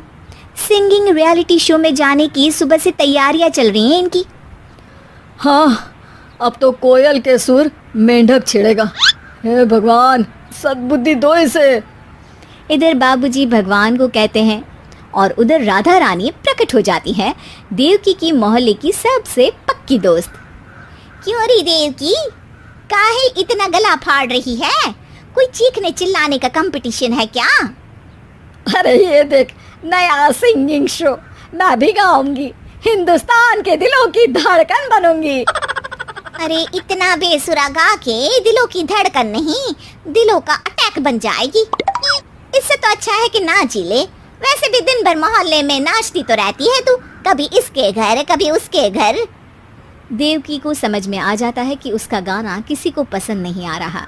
अगले दिन सरिता देखती है कि सास पैरों में घुंघरू बांध के नाच रही है। अरे माँ जी, क्या मंजुलिका बनी हुई है आज आप? अरे नाचने दे बहू, जब तक है जान जाने जहां मैं नाचूंगी। अरे माँ जी, अभी जान निकल जाएगी इतनी जोर से नाचेंगी तो। अरे अरे क्या कर रही हो? अरे दिख नहीं रहा, डांस कर रही हूँ। अरे जैसी तुम्हारी हरकत है, तुमको तो नागिन डांस करना चाहिए। वो भी करूंगी, भांगड़ा भी करूंगी, देखना। जज मुझे देख के स्टैंडिंग ओवेशन देंगे। हाँ, स्टैंडिंग ओवेशन तो देंगे ही, ताकि खड़े होकर वहां से भाग सके तुम्हारा डांस देखकर। अरे कुछ ढंग की चीज करो, ये रोज क्या नया शुरू कर देती हो? सास को लगता है कि उसका डांस का सीन भी बिगड़ गया। अब वो टीवी देख के कोई और कलाकारी ढूंढने लगती है। तभी उसे टीवी पर खतरों के खतरनाक खिलाड़ी शो दिखता है, जिसमें लोग अलग अलग स्टंट करते हैं। बस देवकी को नया काम मिल जाता है। अगले दिन सुबह देवकी डंबल लेकर कसरत करने लगती है। माँ जी, ये क्या कर रहे हैं आप? अरे खली जैसे बनकर खलबली मचा दूंगी। कल मैंने खतरों के खतरनाक खिलाड़ी देखा और सोच लिया कि मुझे वही जाना है। हाँ बस। तभी वहाँ बाबूजी भी आ जाते हैं। अरे इतना भारी डंबल, अरे गिर मत जाना कहीं लेकर। अरे चुप करो, तुमसे कुछ नहीं होता इसका मतलब ऐसा नहीं कि मुझसे भी कुछ नहीं होगा। मैं तो खतरों के खतरनाक खिलाड़ी में जाने वाली हूँ। हाँ, मैं तो इस शो में तभी गया था जब तुमसे शादी हुई थी। तुमसे शादी करना भी खतरों के खतरनाक खिलाड़ी में जाने से कम थोड़ी ना है। अब चुप भी रहिए। अरे बहू, वो भारी वाला डंबल उठा कर ला तो। अरे नाना माँ जी, आप संभाल नहीं पाओगी। अरे मैंने टीवी में देखा था, एक आदमी कार उठा लेता है, इतना तो मैं उठा ही सकती हूँ ना। बहू घबराते हुए भारी वाले डंबल माँ के हाथ में दे देती है। जैसे ही माँ दोनों हाथ ऊपर करती है, पूरे शरीर का बैलेंस बिगड़ जाता है और वो पीछे की तरफ गिर जाती है। डंबल जाकर टीवी में लगता है और टीवी फूट जाती है। माँ जी, उठिए माँ जी। बाबूजी बहुत तेज हंसने लगते हैं। बाबा बाबा, टीवी और बीवी दो टेंशन थे मेरे, आज एक कम हो ही गया। बहू भी सास को उठाते उठाते इस बात पर ताली बजाकर हंसने लगती है और देवकी फिर से गिर जाती है। और इस बार देवकी भी अपनी बेवकूफी पे हंसी रोक नहीं पाती। स्वभाव के चलते वो घर के बाकी लोगों पर भी अपनी मान्यताओं का एक बंधन रखती थी। सब लोग ध्यान से सुनो, आज सूर्य ग्रहण होने वाला है, इसलिए जब तक मैं नहीं कहूंगी कोई कुछ नहीं खाएगा। सुधा बहू, पानी में तुलसी के पत्ते डाल दे। घर के सभी लोगों को चेतावनी देकर उर्मिला देवी वहां से चली जाती हैं। थोड़ी देर के बाद नवीन रसोई घर में जाता है और उर्मिला देवी उसे देख लेती है। हे भगवान, ये नास्तिक मेरे घर में कहां से पैदा हो गया? माँ, ग्रहण तो सूरज को लगने वाला है, भला इसका मेरे भूख से क्या लेना देना है? तुम बिना माँ। तभी वहाँ सुधा आ जाती है। जाने दीजिए माँ जी, नवीन तो अभी बच्चा है, भूख बर्दाश्त नहीं कर पाया होगा। तू इसकी तरफदारी मत कर बहू, ये तो बचपन से ही चटोरा है, और वैसे भी बहू इस प्रकार घर गृहस्थी नहीं चलती, ये कभी नहीं सुधरेगा। चल भाग यहाँ से। ओके, बाय माँ, बाय बाय भाभी। नवीन वहां से चला जाता है। छुट्टी वाले एक दिन घर के सभी लोग टीवी देख रहे होते हैं। देखो, सलमान खान की दबंग 3 फिल्म आ रही है। अरे हटो, सलमान खान भी कोई हीरो है क्या?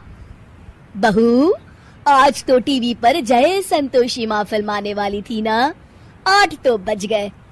ला नीलेश, टीवी का रिमोट दे। अरे नहीं माँ, आजकल ऐसे फिल्मों को कोई नहीं देखता। धार्मिक फिल्मों का जमाना गया माँ। तुम सब लोग आजकल की फूहड़ फिल्में देखकर बिगड़ रहे हो और अपनी संस्कृति को भूलते जा रहे हो। चलो भैया, अब दबंग फिल्म तो भूल जाओ। माँ का आस्था चैनल शुरू हो गया है। तुम लोग नहीं सुधरने वाले, जाओ। इस तरह दोनों भाई चिढ़कर वहां से उठकर अपने कमरे में चले जाते हैं। कुछ दिनों के बाद, नीलेश बेटा, तू फटाफट नहा धोकर तैयार हो जा, बनारस वाले पंडित जी आते ही होंगे। तभी वहां पंडित जी आ जाते हैं। लो, पंडित जी तो आ गए। आइए आइए पंडित जी, बैठिए।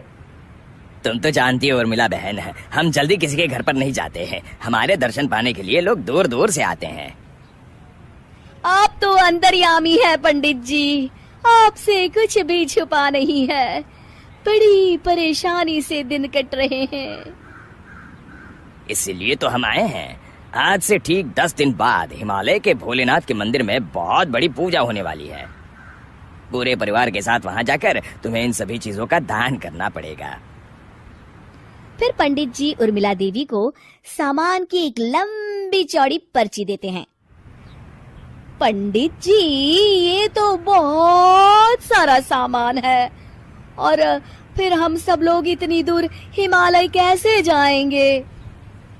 कोई बात नहीं उर्मिला बहन, मैं वहां जाकर तुम्हारे नाम से पूजा कर दूंगा और सभी चीजों का दान भी कर दूंगा। सब मिलाकर 1 लाख रुपए का खर्चा आएगा। वैसे भी साल भर में 2-4 बार मैं हिमालय आता जाता रहता हूँ। 1 लाख? नीलेश बेटा, तूने सुना ना, जा जाकर पैसे ले आ। कैसी बात करी हो माँ? 1 लाख रुपए कोई मामूली रकम नहीं होती। मैं 1-1 रुपए बचाकर इस घर का लोन चुका रहा हूँ। मैं इन सब बातों पर विश्वास नहीं करता। मुझे ऑफिस के लिए देर हो रही है, चलता हूँ। नीलेश कुछ बड़बड़ाते हुए वहां से चला जाता है। आजकल के बच्चों को तो आप जानते हैं। खैर, आप बैठिए, मैं अभी पैसे लेकर आती हूँ। उर्मिला देवी पंडित जी को पैसे दे देती है और पंडित जी वहां से चले जाते हैं। ठीक 1 हफ्ते के बाद नीलेश के घर उसके ऑफिस से एक आदमी आता है। और रोहित, अचानक इतने सवेरे कैसे आना हुआ? कुमार साहब ने ऑफिस के जो पैसे तुम्हें रखने के लिए दिए थे, मैं वही लेने आया हूँ। अच्छा, तुम रुको, मैं अभी पैसे लेकर आता हूँ। नीलेश देखता है कि उसके लॉकर में पैसे नहीं है। हाँ? माँ, मेरे लॉकर के पैसे कहाँ गए? वो मैंने उस दिन पंडित जी को दे दिए थे। ओह माय गॉड, माँ तूने ये क्या किया? वो मेरे बॉस के पैसे थे। अब मैं क्या करूँगा? और नीलेश अपना माथा पीटते हुए वहीं बैठ जाता है। लाली माँ को दफ्तर जाए अभी 10 दिन भी नहीं हुए और सासू माँ को उसका दफ्तर जाना खटकने लगा। आते जाते वो उसे सुनाती ही रहती है। आ गई महारानी, आपकी सेवा में क्या लेकर आए? प्रणाम सासू माँ, मैं सभी खाना तैयार करती हूँ, सब साथ में खाना खाएंगे। अरे इतना इंतजार तो करवा चौथ के व्रत में चांद भी नहीं करवाता जितना तुम करवाती हो। माँ जी, ऑफिस का काम बहुत जरूरी होता है। अरे तो वहीं बिस्तर तकिया ले जाओ ना, यहाँ क्यों आती हो? लाली माँ ये सब सुनने से बेहतर वहां से जाना समझती है। ऐसा नहीं है कि सास ने लाली माँ को पहले कभी प्यार से नहीं समझाया, बस लाली माँ ने सीधी बात पे कभी ध्यान ही नहीं दिया। तो सास ने सोचा जो प्यार भरे गाने से नहीं होगा वो टेढ़ी बात और ताने से जरूर होगा। ऐसा क्या करती है? बस यस सर ही तो करना होता है ना। पास के गांव तक बढ़िया बस से जाओ, फिर दफ्तर में जाकर बैठ जाओ और बस घर के काम से बच जाओ। अब मैं भी जाऊंगी कल से दफ्तर। अरे इतना भी आसान नहीं है, मैं भी तो दफ्तर जाता था। तुम्ही से तो पता चला है ये सब। अरे कभी नौकरी करके देखती तो पता चलता। अच्छी बात निकल गई आपके मुंह से। अब करके भी दिखा दूंगी, और वो भी बहू के दफ्तर में ही। नौकरी भी करके दिखाऊंगी और घर के काम भी। बहू को पता चल जाता है कि सास क्या करने वाली है, लेकिन वो ऐसा नाटक करती है जैसे उसे कुछ भी पता ना हो। 2 दिन बाद ऑफिस जाने के टाइम सास भी तैयार खड़ी है। अब कहीं जा रही है क्या सासू माँ आप? हाँ, आज से मैं भी तेरे साथ तेरा दफ्तर आऊंगी और तेरी तरह टाइम पास करूंगी। दोनों ऑफिस की बस से ऑफिस पहुंच जाती हैं। गेट पर गार्ड खड़ा हुआ है और हमेशा की तरह लाली माँ स्माइल के साथ गुड मॉर्निंग बोलती है। गुड मॉर्निंग गार्ड भैया। गुड मॉर्निंग लाली माँ जी, ये आपके साथ है? अरे प्रणाम चौकीदार जी, कुछ खाया करो। इतना दुबले पतले होकर चौकीदारी क्या खाक करोगे? माँ जी गार्ड ही बोल लीजिए। अरे गार्ड माने भगवान होता है, आती है अंग्रेजी हमें। काहे बनाए हम तुम्हें अपना भगवान, आए बड़े। लाली माँ सासू माँ को अपने बॉस की कैबिन तक ले जाती है और मिलने को कहकर वहाँ से चली जाती है। जी आपकी तारीफ। अरे पूरा मोहल्ला करता है, यहाँ किसी से भी पूछ लीजिए ना। अब मेरा मतलब है आपको लोग कैसे जानते हैं? लाली माँ की सासू माँ। मेरा मतलब था कि आपका नाम क्या है? सिमरन देवी। अरे वाह, बहुत मॉडर्न नाम है। ऑफिस का नाम है, घर का नाम तो है मालती बाई। अच्छा अच्छा, लॉलिमा इनकी जगह दिखा दो। है? ये मुझे अपनी जगह दिखाएगी? ये बहू है मेरी, इसकी ये हिम्मत। अरे मेरा मतलब है कि ये आपको बता दे कि आपको कहाँ बैठना है। चलो मैं ही आपको बता देता हूँ। लालिमा तुम अपना काम करो। अरे कोई काम नहीं करती ये, घर पे भी नहीं करती, यहाँ क्या खाक करेगी? लाली माँ बॉस का लिहाज रखते हुए कुछ नहीं बोलती। बॉस खुद ही सासू माँ को एक डेस्क तक लेकर जाते हैं। देखिए आपको यहाँ बैठना है। अरे ये घूमने वाली कुर्सी पर? नहीं नहीं, मैं नहीं बैठूंगी, चक्कर आ जाएंगे। चकोटा या आसन लगवा दीजिए, आराम से बैठूंगी जमीन पर। जमीन से जुड़ी हुई हूँ मैं बहुत ही। हाँ देखिए आपको यहीं बैठना पड़ेगा। आपको क्या लगता है, क्या ये आपका घर है? नहीं तो आप बिना बहुत भोले हैं। मेरा घर तो गांव में है, ये तो आपका ऑफिस है। अरे ऐसी चीजें मत भूला करो, और चोमू बना देंगे किसी दिन। बैठ जाइए और मुझे सारे जरूरी मेल भेज दीजिए। ये रहा कंप्यूटर। अरे कंप्यूटर की क्या जरूरत है, मेल तो हाथ से निकलेगा ना। ला एक पत्थर, ला हाथ घिस दूं। क्या हाथ का मेल? तभी सिचुएशन को संभालने के लिए बहू आ जाती है। अच्छा ये छोड़िए, आप वहाँ पेंट्री से कॉफी ले आइए अपने लिए। अरे इतना तो मुझे भी पता है कि कंप्यूटर पे लिखने का काम हो जाता है, फिर कॉफी क्यों मंगवा रही हो? अरे माँ जी, कॉफी, पीने वाली कॉफी। तू मुझसे काम करवाएगी? तेरी सास हूँ मैं। मेरी भी तो सुन लो कोई, आपका बॉस हूँ मैं। हाँ हाँ सुनाओ ना। क्या सुनाऊं? अरे बेटा तुम बॉस हो, जो मन करे सुना देना, बस गाना मत सुनाना। अगर तुम अच्छा नहीं गाओगे ना तो मेरा मूड ऑफ हो जाएगा। अरे यार, अच्छा एक काम करते हैं, आपको क्या क्या आता है? ठंडा खा लूँ तो नाक आती है, तीखा खा लूँ तो हिचकी, और ज्यादा खाना खा लूँ तो यह हम बता नहीं सकती मैं। अरे मेरा मतलब था कि काम में क्या क्या आता है? बहू बहुत काम आती है, पति भी काम आते हैं, बेटा भी। देखो काम तो अपने ही आते हैं ना, जैसे भी हो। हे भगवान, क्या करूं माँ जी आपका? अरे बेटा मेरा ना कोई कुछ नहीं कर सकता, मेरा मंगल बहुत मजबूत है। हाँ अच्छा, मंगल से याद आया, बताओ कितने ग्रह हैं सूर्यमंडल में? मंगल, शनि, पृथ्वी, और बताओ। हाँ सब बढ़िया, तुम बताओ बेटा। बॉस वहाँ से परेशान होकर चले जाते हैं। लंच के बाद कॉन्फ्रेंस हॉल में एक मीटिंग हो रही है जिसमें कई सारे लोग हैं।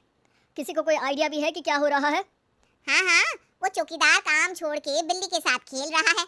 वो सुकड़ी मैम ना दिन भर से बगल वाले लड़के से खुसुर पुसुर कर रही है, और आपके कैबिन से आवाज आ रही है जिसमें आपको कोई गाली बक। बस बस, वो मेरे हेड है। मेरा मतलब था कि मार्केट में क्या हो रहा है? बाहर तो हल्की धूप निकली हुई है, ट्रैफिक वैसे बहुत ज्यादा है। आपको कहीं जाना तो नहीं ना, शाम को ही निकलना। हाँ अम्मा जी थोड़ी देर चुप रहिए, हम काम की बात कर रहे हैं। ओके बेटा, बूढ़े लोगों की सुनता ही कौन है भला इस जमाने में। तू भी चुप कर ले, जिस दिन तू बूढ़ा होगा ना पता चलेगा। माँ जी प्लीज। ठीक है देखो मुंह पे उंगली रख लेती हूँ बस। गाइस कोई नया आइडिया लाना होगा। लास्ट मंथ हमारे प्रोडक्ट ने अच्छा परफॉर्म नहीं किया है मार्केट में। अब सॉरी सर। लालिमा, तुम कुछ प्रेजेंट करने वाली थी ना? लालिमा खड़ी होके अंग्रेजी में प्रेजेंटेशन देने लगती है। प्रेजेंटेशन के बाद तालियां बजती है। बहू सास के बगल में आकर बैठ जाती है। ये इतना सब तूने कब किया बहू? और अंग्रेजी तो पटर पटर पटर बोल रही थी तू। रात को बर्तन साफ करके इसी में ही लगी रहती हूँ। रात को जाके व्हाट्सएप नहीं चलाती रहती हूँ माँ जी। ऑफिस खत्म होते होते बॉस लालिमा और सासू माँ को कैबिन में बुलाते हैं। वेल डन लालिमा, गुड जॉब। नीलिमा की सासू माँ जी, आपकी बहू बहुत टैलेंटेड है, पूरी मेहनत से काम करती हैं। सो तो है। कैसा लगा हमारा ऑफिस आपको सासू माँ? ऑफिस तो अच्छा है, पर मुझे समझ नहीं आया। हम ऐसे बिना इंटरव्यू किसी को दफ्तर में काम नहीं करने देते, पर लालिमा के कहने पर हमने आपको इज्जत दी, ताकि आप भी यहाँ आकर देख सके कि दफ्तर में टाइम पास नहीं बल्कि बाकी सब लोग काम करते हैं। आपको तो खुश होना चाहिए कि इतनी होनहार बहू मिली है आपको, घर और दफ्तर दोनों अच्छे से संभाल रही है। समझ गई। हाँ, अब सॉरी यहीं बोल दूं कि मेल डालना पड़ेगा? लालिमा, बॉस और सासू माँ तीनों हंसने लगते हैं और सासू माँ को बहू रानी के काम की ऐसी अच्छी वीडियो देखने के लिए हमारे चैनल को लाइक और सब्सक्राइब करें।